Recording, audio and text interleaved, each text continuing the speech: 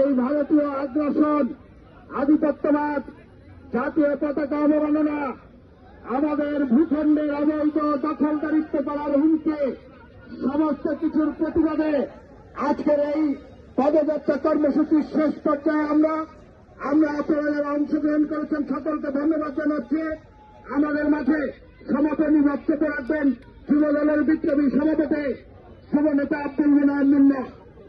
আপনারা যারা কষ্ট করে এখানে আমাদের এই পরিবাদী পদযাত্রা অংশগ্রহণ করেছেন, যুবদল, স্বেচ্ছাসেবক দল, ছাত্রদলের নেতা নেতৃবৃন্দ, আপনাদের সকলকে ধন্যবাদ জানাই।